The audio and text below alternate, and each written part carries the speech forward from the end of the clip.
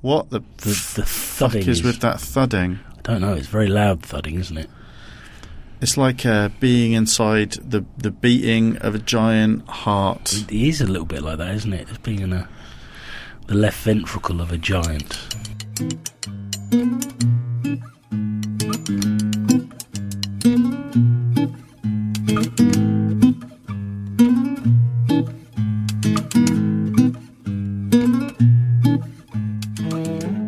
I just went. Really? You had a little orgasm? I had a little. Well, it wasn't. It was more. That isn't. I don't do that when I orgasm. I kind of go. Ouch! I'm sorry. No, I thought I was the one who always said I'm sorry. No, you're the one who admitted on a podcast that you. I just generally do anyway. Yeah. So the good thing about masturbating is you don't have to say sorry. You can choose anyway. To. The funny thing is, sorry, Jesus. You feel more sorry afterwards. Yeah. But you don't have to. I really have all but given it up.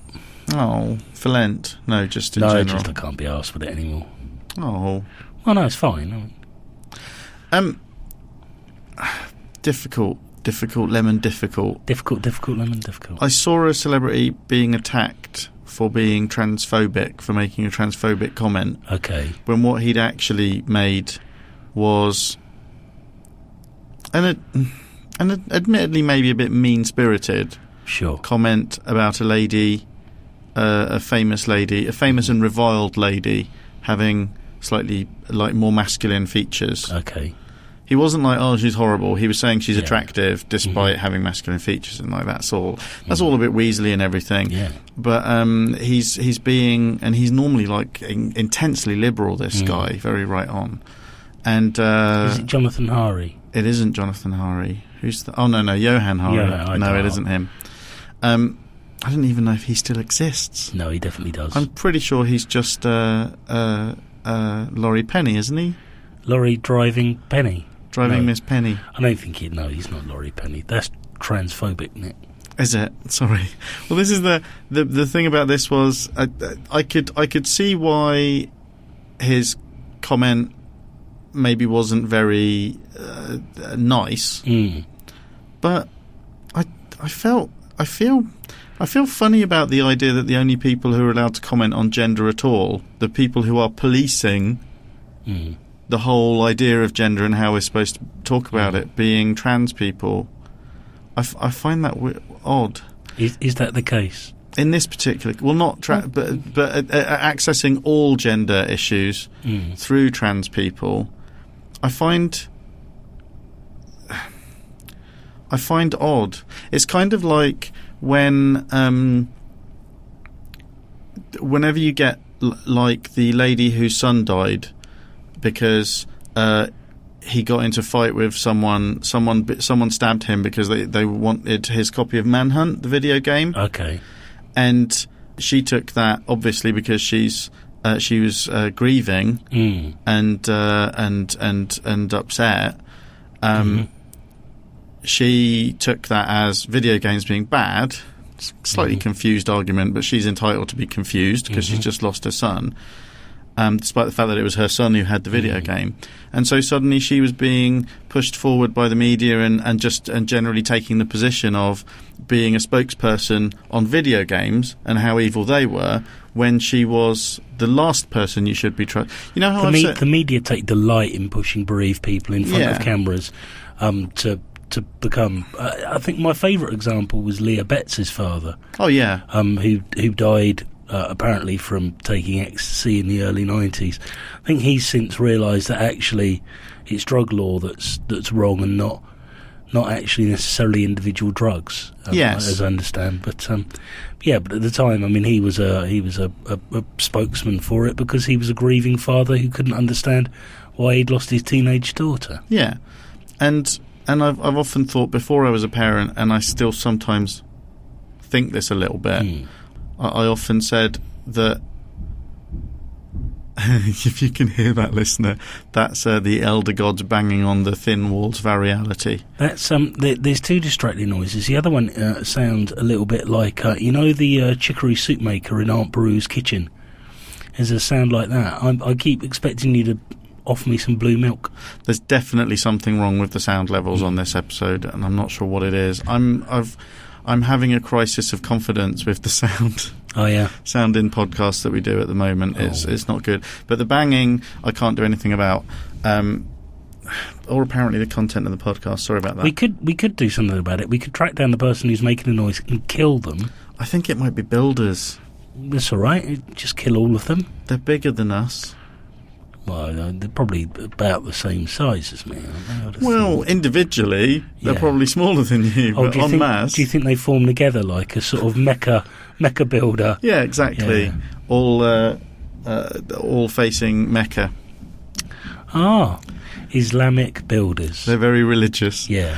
I always used to think that whenever there was anything to do with child welfare, whenever there was anything to do with child welfare or anything like that, and parents would get up in arms about it, and they'd be like, well, and everyone would think, well, you've got to, parents are the authority on children. We should definitely... All parents are definitely the authority on children. And I thought, and at the time, and I still kind of agree with this, I thought, no, they're the last people who should be trusted to make decisions re children. Yeah. Because they're emotionally not objective about the whole thing at all. Only the childless should make decisions. But the childless are mean.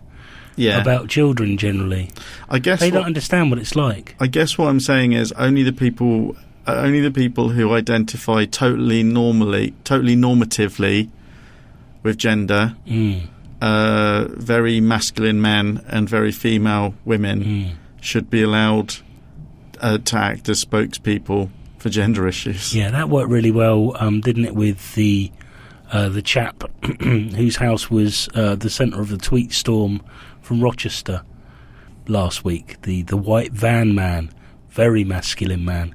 They had his manifesto apparently in the Sun, I saw.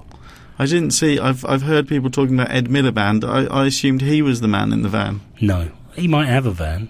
I think he had a lot of respect for the man in the van. I would have thought Ed Miliband has a Fiat 500. He looks the sort.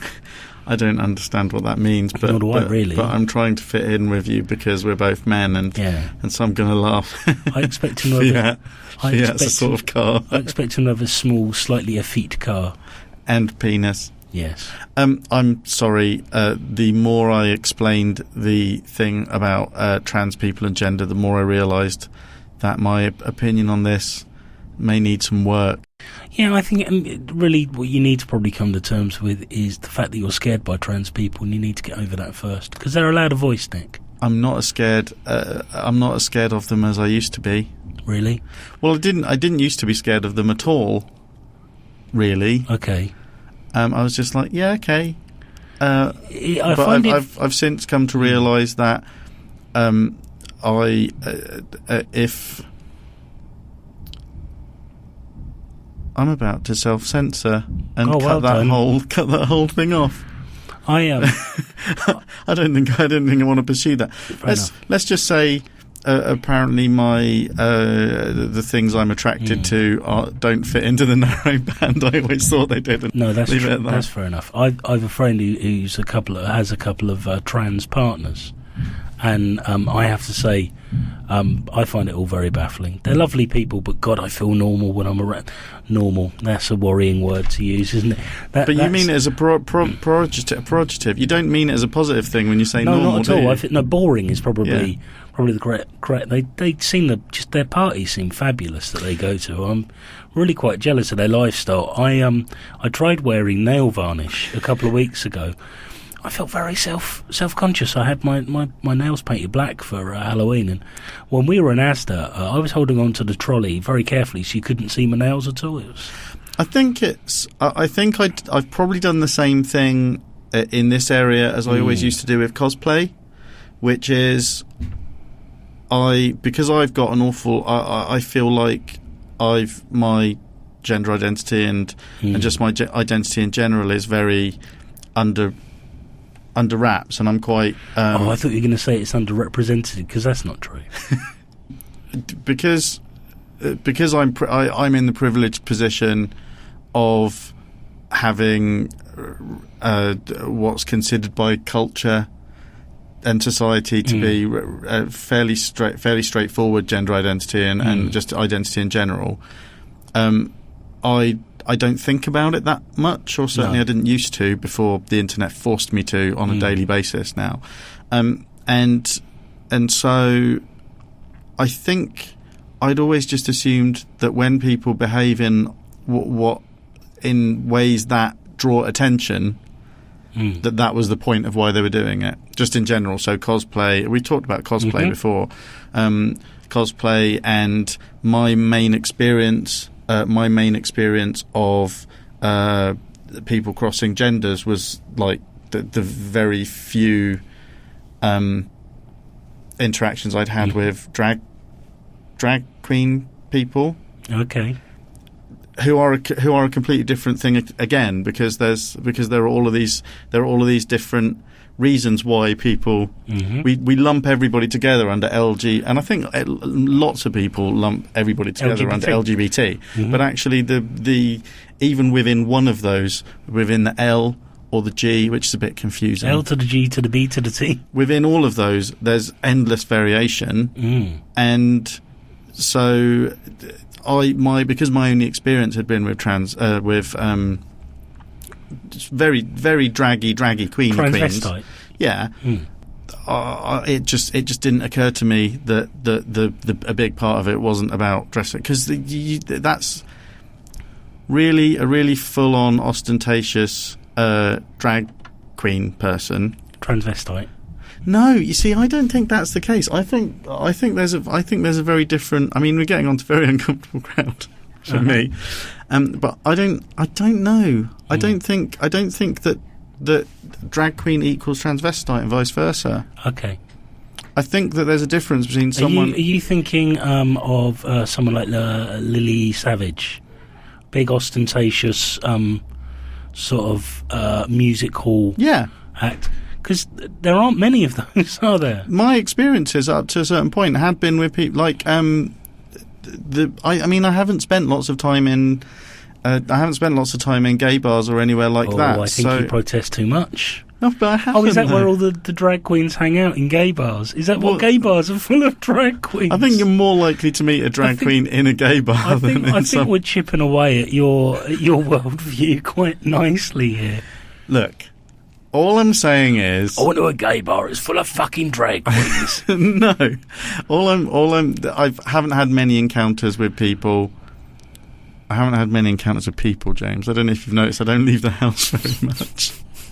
I haven't been into a lot of gay bars and gay clubs, and when I have been, it's tended to be with the intention of getting some cock. No, the most annoying straight people, or normally art lecturers.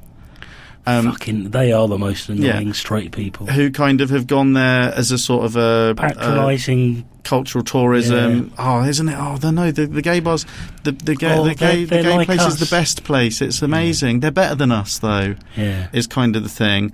And so, I at the time I would have been going out with a girl who drew herself to drama, or drama seemed to find her quite a lot. Okay, it was her calling. And so my entire experience of any sort of cross-gender thing was these very ostentatious characters that she drew herself to, and I was the very normal-looking, which is weird to think about it because I don't think I look that normal. Bit hobbity. A bit hobbity, but the very normal-looking boyfriend that they were very hostile to, even though I was trying to be, okay, cool, I'm okay, it's fine, do what you like, I don't care. I don't know. So a lot of my experience. Now the truth is, I've probably met lots of people with gender identity that crosses or ignores norms and stuff like that. But I didn't notice because I don't pay that much attention either. It's best not to. So when I'm saying drag queens, I specifically mean people who were not just dressing casually in women's clothes, like Eddie Izzard does, where he just likes women's clothes, as far as I can tell. But he identifies as a transvestite quite rightly, but Yeah. so does Dr. Frankenfurter from the Rocky Horror Picture Show, and he dresses really ostentatiously. I find but you see, he doesn't. He says he's a sweet. Is he transvestite Sweet from transsexual Transylvania? A sweet transvestite, yeah. So he's getting transsexual and transvestite mixed up as I'm well. not entirely sure, because I think Richard O'Brien, who wrote it, knows a thing or two about the subject. Well, so why is that? Why are you trying to second guess? Why is that lyric so confusing then? Well, it's only confusing to you. I feel like I was. Okay, he's sweet, which means he's lovely, he's pleasant, he's delicious. Transvestite he's a man who likes to dress as a woman. From transsexual, so he's saying that he comes from a place where gender roles are non-normative, which is lovely. Transylvania, where the vampires come from. It's quite simple. Oh yeah, now that you say it, Rocky Horror Picture Show doesn't seem remotely as confusing to me, so thank you. I can't watch it anymore. I watched it too much as a young man. I can't watch it anymore because it's boil in the bag perversion for middle class. Oh, okay. Just it's a lot of fun. I think boil in the bag perversion. Uncle Ben's boil in the bag, steamed to perfection. That's why he always looks so fucking happy, Uncle Ben, isn't it? He's able to live out his perversions through his own brand of boil in the bag perversion range. Spicy pepper flavour. Okay, I just can't. I probably didn't have it. I think what we've learned is I've got a lot to learn.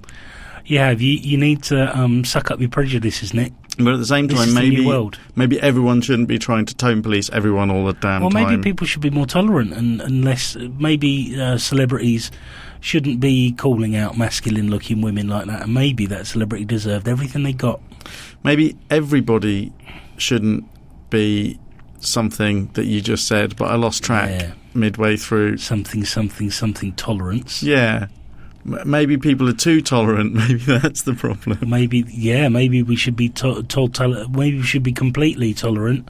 That's totalitarianism, isn't it? Yeah, where you're completely tolerant. Yeah, all the time. Yeah, but maybe everyone should be forced to be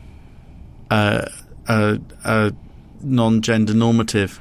Maybe everyone should be forced to think as liberally as we do.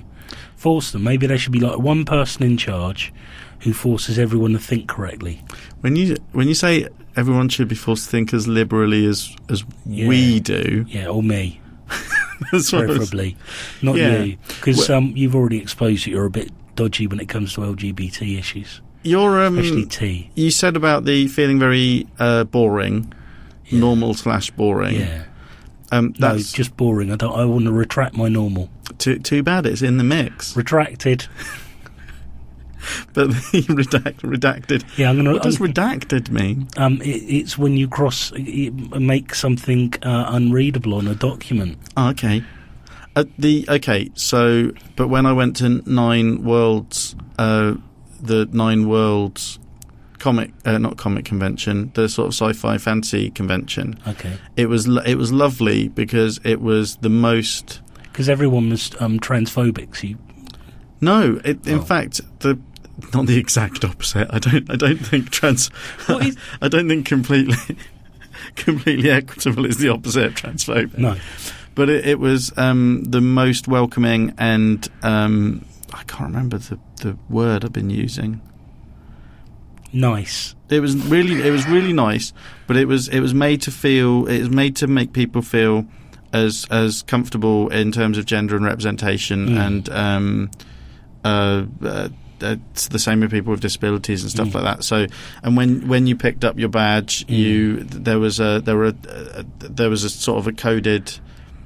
I think it was stickers that you could use that were color coded to say what pronoun you'd prefer people to refer to you using and stuff like that, which was male, female, neutral, whatever.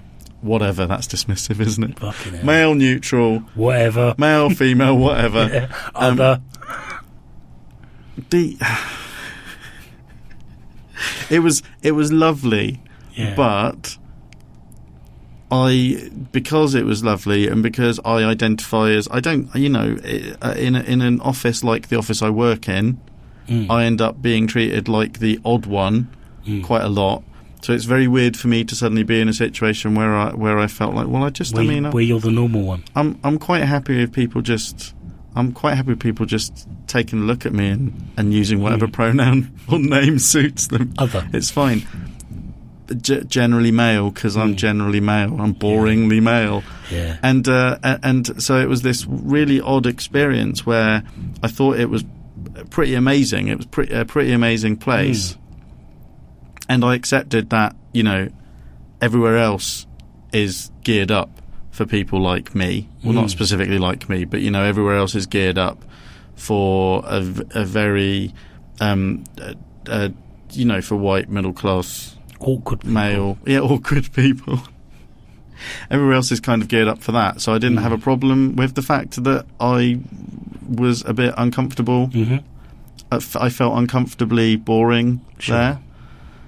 But it did kind of make me panic about what to say and worry about saying the wrong thing, when actually I'm generally quite neutral in the way I talk about this stuff anyway. Yeah. So it's kind of it was really cool, and at the same time I had to accept that it's probably not a place where I'll ever feel comfortable, and that's kind of okay. But it does really make you realise how boring you are, doesn't it? It is. Being cisgendered is dull. Oh, it's so boring. Fucking boring. When did bees start popping as well? I don't know. When was that a thing that started happening in audio recording? You're popping quite a lot at the moment. I'll try to get away from the mic. Do you think it's your age? I think it might be. I think all of it's my age. The thing about 9 Worlds that I had to just kind of accept is I'll try my hardest not to be horrible to people. Yeah. But I might just be too old to learn a completely new... Oh, you almost certainly are. ...set of rules. They do say, don't they? Oh, I can't even remember. But blah, blah, blah, over 40, you stop learning new things, blah, blah, blah. Yeah. Or being able to retain anything. Any knowledge. It's something anything. about like the fear of the new, and you get it at some age, but I can't remember it. And just the process of trying to trawl that memory up out of my adult databanks is just stressing me out. I find it... They're banging really hard now. They're really going for it. No, it's frustrating. I'm imagining it's two very angry bison having sex. I'm sorry about the bison having sex, James, and listener. Yeah. I feel responsible somehow. Big hairy beasts. The thing is, I end up stuck in the middle of that whole thing so often because, on the one hand, I have to accept that I'm just never going to be the sort of person who makes Tumblr happy. In terms of being that careful about how I talk or how I express myself or how I say things. But on the other hand, I kind of know that if we were unlucky or lucky enough to become viral with people attacking me for some of the things I say. Well, there's plenty of fodder there, isn't there, today?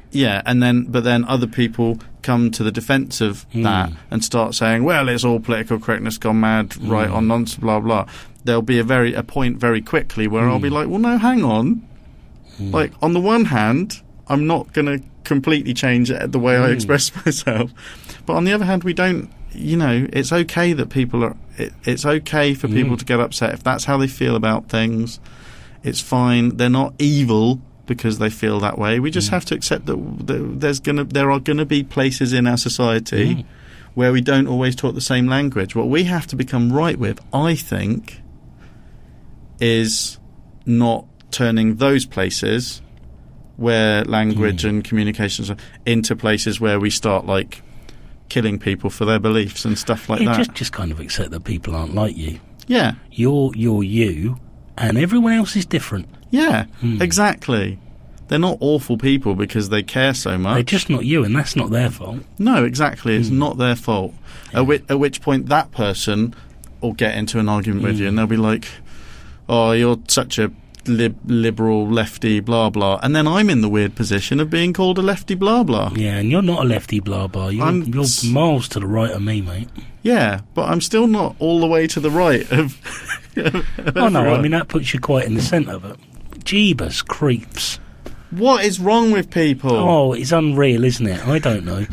It's because they're young. They haven't learnt yet. No. They're too busy being open-minded and having fun. Fucking bastards. And offended by everything that isn't like they believe. On the internets. We didn't have the internets when we were their age to get offended by. We had to get offended by people talking to us. Yeah. Or Thatcher. We did, though. Yeah. We managed to find things to be offended by. Right, usually people knocking your arm and spilling your pint, as I remember. Always the pint thing. Did you spill your pint? Well, apparently I spilt your pint. It seems to have been spilled. Yeah. That seems to have been the thing that's happened. So we've established that. Oh, fuck off, shall I? Right, okay, very quickly. I spent the weekend with my... Amy, Noah and I went up to Peterborough, spent the weekend with my sister and brother-in-law and their family, and my parents were around a lot. Mm-hmm. Lots of very family stuff, lots of very kid-oriented stuff. Nice. Lots of stuff about first children and then second children coming along. That's a bit nerve-wracking for Amy and I, seeing how the dynamic changes in a family when a new baby comes in. Of course. And lots of... the only thing my sister and I, this particular sister and I, argue about is my mum and my other sister. Mm-hmm. That's the only thing we ever argue about, despite being very different people. We didn't do that at all. So lots of conversations about family. Mm-hmm. Lots of really interesting conversations about family, which would be perfect two grown men stuff. Oh, you should have recorded it. But I don't feel comfortable with it. We need a few people to die before I'll feel 100% comfortable talking about some of it. Good. So, Fingers crossed. Well, yeah, obviously it'll be a tragedy, but, it will mean that I can talk more freely about stuff. So, and that's all I'm really interested in. But that's what happened to me this weekend. Okay. I think we got so tangled up in transgender people. Well, they're not normal, are they? Whatever that means. Yeah. I think we're saying they're not boring and normal. Yes.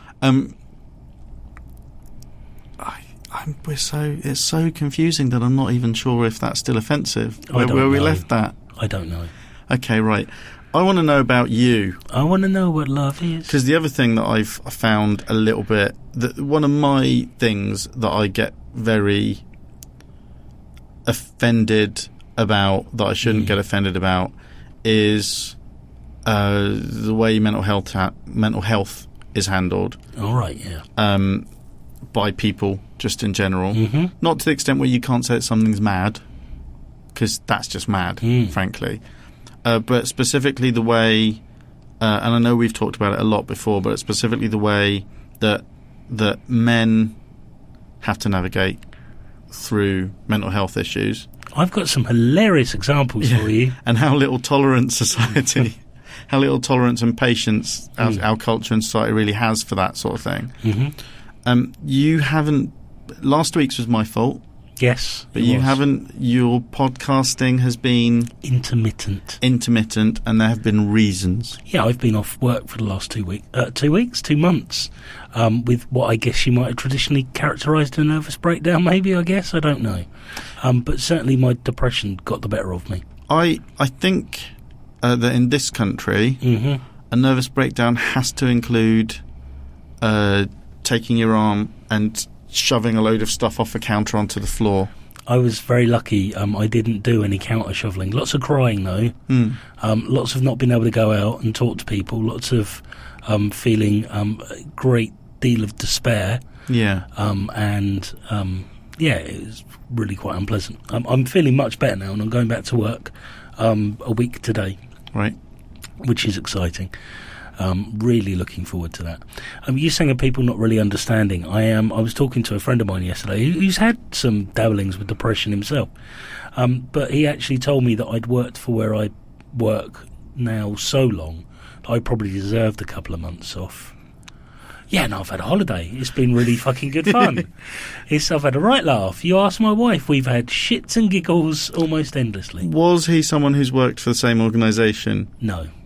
All right, so he wasn't making a comment about how working for the people you work for as long as you've been working for them, meant that it's a surprise something hasn't happened before. He was just trying to suggest that maybe I deserved a couple of months off work. Well, I mean, he's right. He's right, but... Because unfortunately, with the time off comes guilt and shame. Yeah. which is something else you've got to deal with. In your case.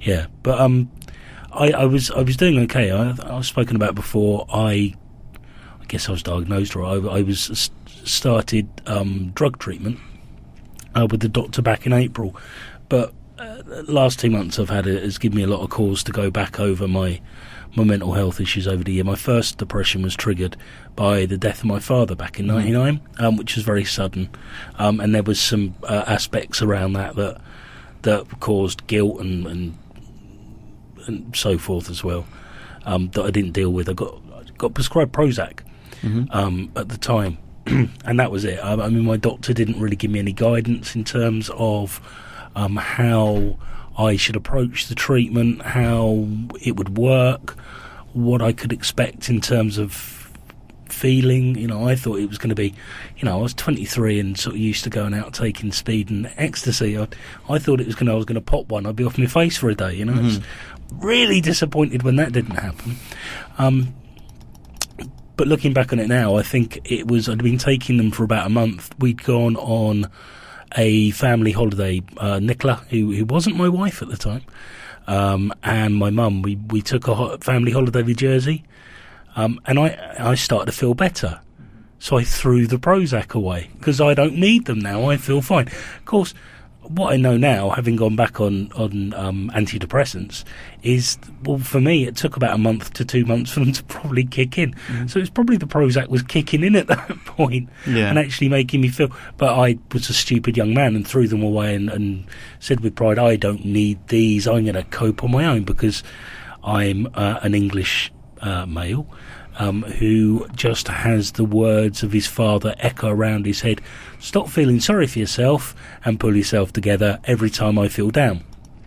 So it's taken me from 99, several episodes of what I would probably now describe as depression, up until maybe this point, to accept that's what I've had, and that's what I was going to use the word struggle, and I don't really want to use that, but I've dealt with. For whatever reason, right at the end of September, I stopped being able to deal with it.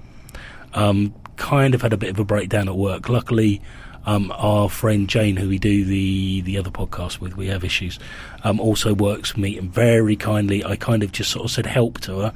She took us off into our meeting room, which fortunately was very quiet. I had a little bit of a breakdown in there. She phoned my wife, took me home, and I've been off work ever since. And it's been a really difficult couple of months. There's been times when I've been so low, there's nothing can turn it off. This sort of hopeless, horrible, empty, barren feeling where just it's so intense it hurts. I remember, I guess in terms of helping people understand what it can be like, I remember that it was one night Nicola was reading a story to Scarlett. We were all in our bedroom. Nicola was reading a story to Scarlett, and I was curled up in the bed, bottom of the bed, like a frigging dog. And it just, I couldn't bear to be there. There was nothing felt good. just being in my skin was almost painful. I was so restless, had to keep moving, had to keep trying to do something else, because I couldn't. I was just so irritatingly restless. But and also, my mood was very unpredictable. I'd get very angry for nothing, in particular, and really bad insomnia for which I'm still on and off. I still have insomnia. I was up at 5 this morning, and that was it. But so yeah, it's been a tough couple of months. But you're quite right in terms of people don't really know necessarily how to be around you. Even people who you think. I can't work out whether that's me breathing or you. It isn't either of us. I think it's the aircon. Oh, God, is it a monster? I think it might be a monster. Sorry, I have mentioned sound levels. It's fine. Is it my black dog on my shoulder breathing into my ear? No, I think he's having a kip under the table. But this obviously, this friend saying to me I deserve a couple of months. What made me laugh was that a couple of friends came over and they were talking to Nicola, and they said, "Oh, it was really depressing," and then turned to me, "Oh, sorry, it's fine. You're not going to trigger me into anything by saying something's depressing." But you now have ownership of the word. Yeah, I do. I own it, so I can call people out on Twitter. Yeah, they're not allowed to use that. I can have a go at people for triggering me. Yeah, and all sorts. It's really good. So I've got a lot of power there. It's because that's the healthy way to deal with your situation. But I'm in it. Yeah, you're absolutely right. I'm in a nice situation now compared to 15 years ago, where my doctor has prescribed me a course of counselling. So I'm going to be receiving counselling very shortly. Quite a long waiting list. I've been waiting 2 months. So I'm on a dose of antidepressant that seems to be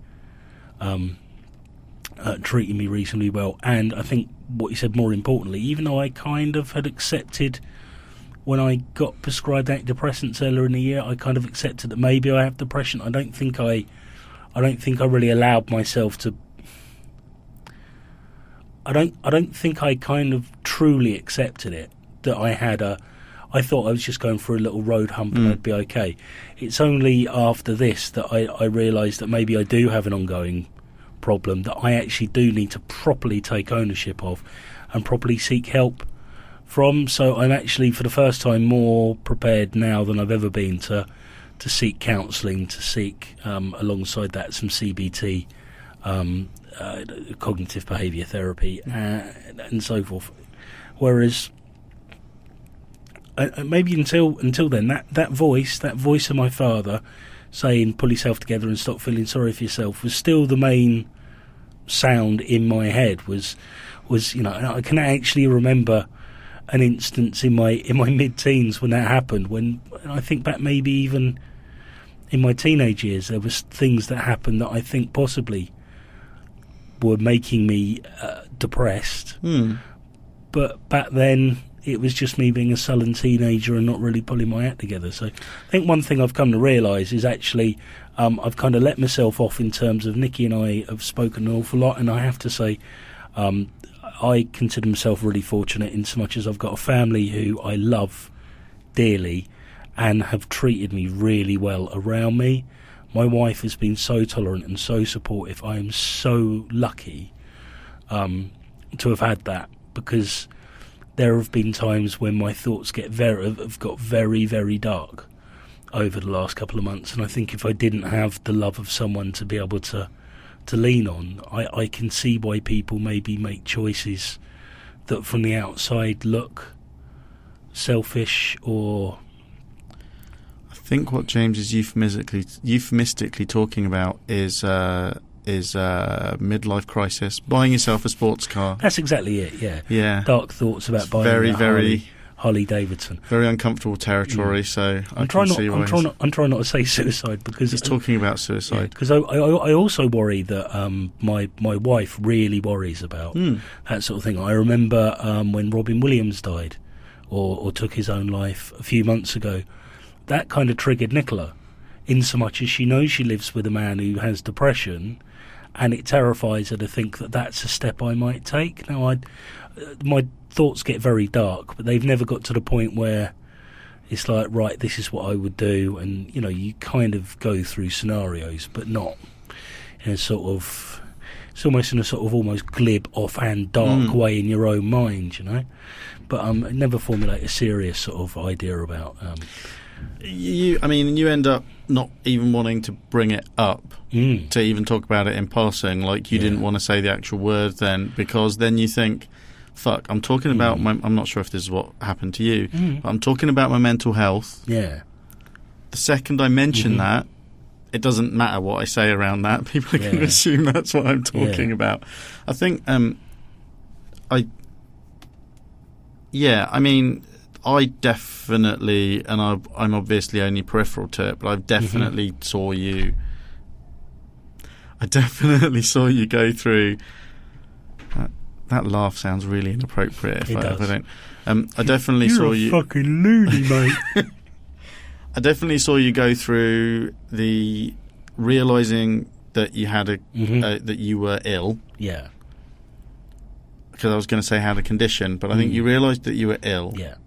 And then the second you found, you felt like once you, and I've been in this situation. For me, normally, just if I'm feeling bad, just taking steps towards trying to get some sort of treatment. But I definitely saw you when you felt really bad, and then you started getting a level of treatment, and it made you feel pretty good.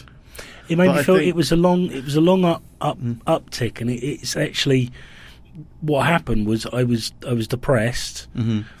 It took a couple of months, but I think the meds kicked in. I don't know whether it's part of the natural cycle that I tend to go through, because for a very long time I go in a cyclical fashion. So I'll get down, and then I'll start to improve to the point where I'm getting manic. If you want to track when I'm manic, go back and listen to the old podcast we used to do, Momcast, and listen out for the character Wankula, because that's generally when I'm at my manic peak, is when stuff like that happens, and then I just crash off the side of a cliff and get depressed again. Well, yeah, so there's the natural cycle of the condition, but at the same time what I felt like I noticed was once you started getting treatment, you were putting yourself, obviously there's the condition and then there's how bad you feel about having the condition, and they're actually two different things, but they feed into each other. Yeah. And because you were feeling guilty about being off work and feeling guilty about being ill around your family and stuff like that, the minute the treatment started having a positive effect, it had this additional effect where you were so relieved that you felt you'd found that something was working, that it made you feel even better. But then when your body or your brain chemistry or whatever kicked in and made you realise, well, actually, no, this isn't just, it's not the flu or something. I'm not just going to get over it. It seemed to really hit you harder than you felt. The second wave of it seemed way worse than the first wave of it from the outside. I felt like I'd have been hit by a bus. It was horrible. I'd had, before I went off, I'd had a few days off with a cold the week before, but I didn't have a cold at all. It was just I'd gone into safe mode, is what I was calling it the other day when I was talking about it. But that's kind of what happened. Managed to go into work again for another couple of days the following week. And I think it was a Wednesday. It doesn't matter. That's irrelevant. But I actually had to psych myself up and literally had to run at the door and run out the front door to be able to actually physically be able to go to work that day. Couldn't just force myself. And it's just I'd been there for about an hour, and I was going to say I wanted to throw myself out the window, but kind of just I was in despair. I did not know what to do. I just felt really isolated, alone, scared. It was horrible. I've been through. I've had anxiety and panic attacks, which is something I've never. I was going to say I've never had before, but I'm identifying them now. Whereas I think I have had them in the past, and it's sort of it's made it difficult for me to socialise. I don't think I'd ever really properly identified what was going on. Are you sure it's not asthma? Sometimes it's asthma. Pretty sure it's not asthma. Okay. But I don't know. It could be. I'll borrow your Ventolin inhaler and we'll have a little go. But I think the worst of those as well is Nikki had taken me out in the car, take our dogs for a drive, and I literally couldn't look through the front. I couldn't look through the windscreen because every single car that was coming towards us was just terrifying me. I couldn't. I just literally it was a white knuckle ride. It was horrible.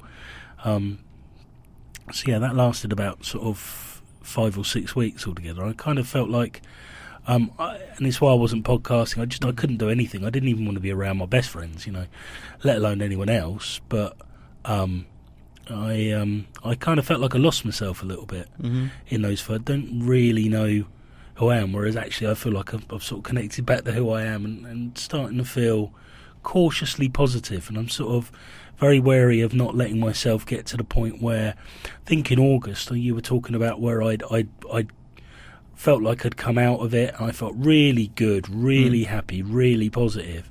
And it's I think that's why it kicked me in the arse so much when I came back down again, because I wasn't expecting that to happen. Right, I'm cured now, brilliant, I'll take these pills and I'm cured forever. I don't need to do anything else with it. These drugs have helped me. No, it's not just the drugs. I need to accept properly what's going on, and I need to actually look at ways of getting help that isn't just chemical. I need to get I need to understand the things that have triggered me over the years to get me to the point where I am now. And it's actually led to a series of really good, really what I would call quite healthy conversations with my wife about things that have caused it over the way, but I've kind of compartmentalised as, it's just something that happened rather than being something that caused a scar that didn't heal over properly. There's one particular incident from my youth that Nikki and I have spoken about that I always just felt a little bit guilty and a little bit pathetic about, and it never occurred to me that the issue was caused by someone else, and to actually be angry with the people that caused it rather than just angry with myself that I didn't handle it very well. So it was back when I was in my early teens, and I think the problem is I've never really accepted as well that when I was younger, naivety played a part, or just being a child played a part. I tend to look at things that happened in my childhood with adult eyes and judge them with an adult brain, so I judge my younger self much more harshly than I should as well. It's all very... It's really difficult because an eye can't see itself and a mind can't see itself. Yeah, that's true. And it's like a hard disk can't write to itself well while also looking at... Yeah. The danger with mental health stuff is that once you fall down the rabbit hole of understanding that you feel certain ways because of brain chemistry rather than because of actual things you've thought or whatever, and I'm definitely guilty of this because of relationships I've had in the past with people who had mental health issues, that you start really second guessing what are actual interactions what are just whether you're talking to another person or you're talking to their brain chemistry, whether they're talking to you or they're talking to your brain chemistry, whether an argument was... And it seems like you're getting to a healthy point where you're realising that some of it is your brain chemistry. Yeah. It's not all the situation you were in at that particular time. It's not all just you being a horrible person, which is kind of good. I have my moments. We all have our moments. But that's the thing. I mean, I don't... Again, this is... If I could really sort through it properly, and if I could talk about it properly... My weekend was interesting because my sister and I were talking about the ways that we are the way we are and where that comes from, and a lot of it's nature, but an awful lot of it's nurture. And so one of the problems I have with representation of mental health is when people are dismissive about it, but it's also when people are really sacrifice everything to it. I don't know how to put it really. The idea that another person who has had mental health issues, I'm guilty, and again I'm guilty of this, will know exactly. People who haven't had anything or don't identify as having... It's such an individual experience. It's completely individual. Absolutely. I wouldn't, at this point, I wouldn't want to give anyone any advice, really, apart from, like, try and seek help if you feel that way, and try to accept that you feel that way and it's not your fault. Yeah. But apart from that, there's no advice you can give because... It's so personal. It's so individual. It's made up of, your brain chemistry plus the things that have fucked you up over. And we've all got those. We've all got the scars that we, our personalities are just combinations of scars, aren't they? Yeah. Sort of. But yeah, accepting that there's medical brain chemistry and also stuff that's happened in your past, but. Acceptance is important, but other than that, there's things I did to make me feel better would be really awful for other people. It's like starting smoking again. That was a brilliant move. Well, that's a whole other story. But while but at the same time, if we're all this fucked up to varying levels, who isn't? How seriously should we take other people who seem confident in them, like in their mental health, but at the same time, how much leeway should we give people? So my feeling is that you can't help how you feel about things. You have a certain degree of control over how you put other people through the stuff that's going on. But you've been fine. I think you've been fine. Stephen Fry, on the other hand, he can do one. Well, I definitely think that's a conversation for another day, because there's a not in my name, Stephen. There's a rabbit warren we can go down in terms of how I'll talk to you off air. Yeah. Off air, because we're on the radio. You're listening to Hot 92, coming up after the break. Stuff. This has been Two Grown Men. I'm not entirely sure how the sound quality is going to be on this episode. There's been lots of banging in the background. Bloody teenagers. Yeah, that's what happens. They can't help it. They're like rabbits, mate. You can email us at 2gmpod podcast@gmail.com. We're also on Twitter at 2gmpod. Or you can talk to me on Twitter at NixSight, NixSIGHT, or James on Twitter at... I'm James Momb, MOMB, but I'm not very good at talking to anyone at the moment.